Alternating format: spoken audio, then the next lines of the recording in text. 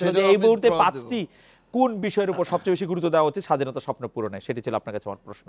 স্বাধীনতা স্বপ্ন পূরণের জন্য সাধারণ মানুষের জন্য কোন পাঁচটি বিষয় সবচেয়ে গুরুত্বপূর্ণ? প্রথমে আমি মাহমুদ্দিন খোকন সাহেব, তিনি তার উপরে যে তিনি যে গুলি দেখাইছেন, পিঠে গুলি, এইগুলি সেগুলি, তাকে মারার জন্য ষড়যন্ত্র দেই, সেই পুলিশ অফিসারের আমি তার বিচার চাই।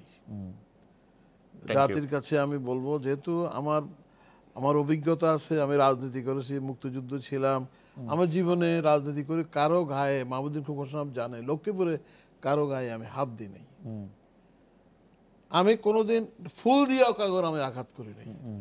আমি রাজনীতি করেছি, স্বচ্ছ রাজনীতি করেছি ভাই, আপনাকে বললাম, আপনি নিজেই আমার সঙ্গে খবর না। আমি সেই পুলিশ অফিসার বিচার চাই, সে কেন ওইভাবে দেয়া একজন রাজনৈতিক নেতা নির্বাচন করতে গেছে, তার উপরে যে হামলা করে, একজন লয়ার, সুপ্রিম কোর্টের সেক্রেটারি, তিনি এই কথাটা বলার সুযোগ এখানে পাইতেন না। রাইট, এটা তো কোনো, আমি জানি না, না আমরা গুলি দেখাইছেন, আমি বিশ্বাস করেন যে এটা আমি অত্যন্ত দুঃখিত এবং মর্মাহত। আমি ওনার কাছে ক্ষমা প্রার্থী। সরকারের এটা পুলিশ অফিসারের যে করছে, আমি দুঃখ প্রকাশ করছি। Thank you so much. জনাব শাহজাহান কামাল, আপনি যদি কোন পাঁচটি বিষয়কে সবচেয়ে গুরুত্ব দেওয়া উচিত বলে আপনি মনে করেন? সাধারণ মানুষের ভাগ্যের উন্নয়নে কোন পাঁচটি বিষয়ে সবচেয়ে বেশি গুরুত্ব দেওয়া উচিত বলে আপনি মনে করেন? না, কোন পাঁচটি বিষয়, বা দুটি তিনটি বিষয়, না যেটা বলবো আমি, যে কথা যে কয়টির কথা আপনি বলতেছেন, আমাকে প্রশ্ন করেছেন যে পাঁচটি গুরুত্বপূর্ণ দিয়েছে। জননেত্রী শেখ হাসিনা, তিনি এবার ক্ষমতা আসার পরে আমাদের যে আপনার নির্বাচনী ম্যানিফেস্টোতে আমরা সব কথা বলে দিয়েছি, নেত্রীর সব কথা, আমি সমানে আসলে সেই কথাগুলো বলার।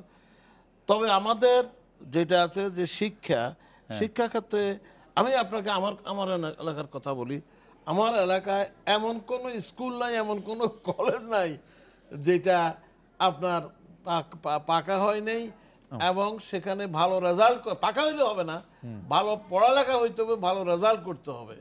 আমি 2টা কি 3টা স্কুলের, তার মানে আমার শিক্ষা, স্বাস্থ্যের কথা বলি, যে জননেত্রী শেখ হাসিনা যে স্বাস্থ্যের ব্যাপারে, শিক্ষার ব্যাপারে, যে আপনার গ্রামে যে হাসপাতাল, সেটা হলো আর কি হাসপাতাল, ছোট ছোট প্রত্যেকটি গ্রামে কমিউনিটি হাসপাতাল, কমিউনিটি ক্লিনিক করেছে। হ্যাঁ, কমিউনিটি হেলথ ক্লিনিক। আমি কমিউনিটি হেলথ ক্লিনিকে এখন 32টা আপনার করতে হবে, এবং তিনি বাংলাদেশে প্রত্যেকটা জেলায় 250 বেডের হসপিটাল করে দিয়েছেন। আমি শুধু আমার স্বাস্থ্য ক্ষেত্র অনেকটা আমার একেবারে সময় আমি যদি প্রশ্নটা এরকম করি যে দুর্নীতি কমিয়ে আনা এবং বৈষম্য রোধ করার ক্ষেত্রে কি করা উচিত বলে আপনি মনে করেন? যে আমরা তো আসলে দুর্নীতিতে, শেখ হাসিনাও ঘোষণা করেছে দুর্নীতিতে এক সময় এই দেশকে বলা হচ্ছিল বটমলেস বাস্কেট, এখন তো সেটা বলা না, এবং দুর্নীতিতে ভরা। স্বাধীনতার পরে বলছে যে একটা যুদ্ধ বিধ্বস্ত দেশ, সেটা তো একটা 2.5 বছর পরে বঙ্গবন্ধুকে হত্যা করলো, সে বললো যে এটা ঘূর্ণি জলোচ্ছ্বাস হয়, ঘূর্ণি হয়, পানি আসে, মানুষ খেতে পায় না, বাংলাদেশের উপরে মানুষের একটা অনীহা ছিল। আমি বলি, কিন্তু এখন আর পৃথিবীর কোনো রাষ্ট্র এই কথা বলে না যে বাংলাদেশে কোনো দুর্নীতি আছে, বাংলাদেশে খাদ্যাভাব আছে, বাংলাদেশে এখন খাদ্যের দিক দিয়ে আমরা স্বয়ংসম্পূর্ণ। খাদ্যাভাব আছে সেটি বলে না, কিন্তু দুর্নীতি আছে এটি বলে। দুর্নীতি পৃথিবীর প্রত্যেকটা দেশেই থাকে। আচ্ছা, দুর্নীতি থাকবে কেন? আমার ডিসি লক্ষ্মীপুরে মিজান একদিন বলতেছে, স্যার আমি কি কয়, আমি 1 লক্ষ টাকা মাসে পাই। কিভাবে পাও আপনি? আমার জামাই সম্পর্ক অবশ্য লক্ষ্য মিজান ছিল, আমাদের এক মন্ত্রীর জামাই।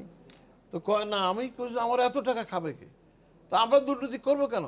দুর্নীতি করে যারা করে, এটা তাদের অভ্যাস। আপনি রাস্তায় এখন ফকিরে 10 টাকার নিচে যদি আপনি আগে দিলেন 2 টাকা, 10 টাকার নিচে দিলে কোনো কি দিলেন, কি দিলেন? এখন এতে বোঝা যায়, আমি সংক্ষেপে বলছি আপনাকে, দেশে কোনো দুর্ভিক্ষ নাই, ওই যে ফিরোজ ভাই বলছে যে মঙ্গা নাই, শান্তিতে আছে, এবং মানুষ খাবারও পায়। আর উন্নয়নের জন্য আমি বলি, জননেত্রী শেখ হাসিনা যে 100টা যদি ইকোনমিক প্ল্যান এরকম জোন করে দিয়েছে, সেগুলা কাজ হচ্ছে। আপনার টানেল হচ্ছে, আপনার কর্ণফুলী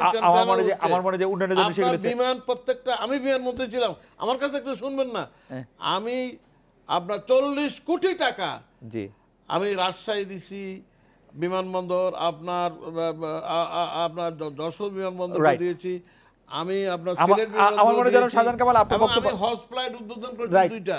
Right. আমাদের হজে কোনো দুর্নীতি নাই, কোনো জায়গায় কোনো প্রতি বছরই কিছু লোক অবশ্য হজ করতে যাইতে পারে না, রাস্তায় বসে না, থাকে এটা কান্দে আমি কাটে যখন কাটে। মন্ত্রী ছিলাম না, আমি তো একজনও দেখি নেই তখন, আমার মনে হয় কোনো যে অভিযোগ ছিল না। ওকে আমরা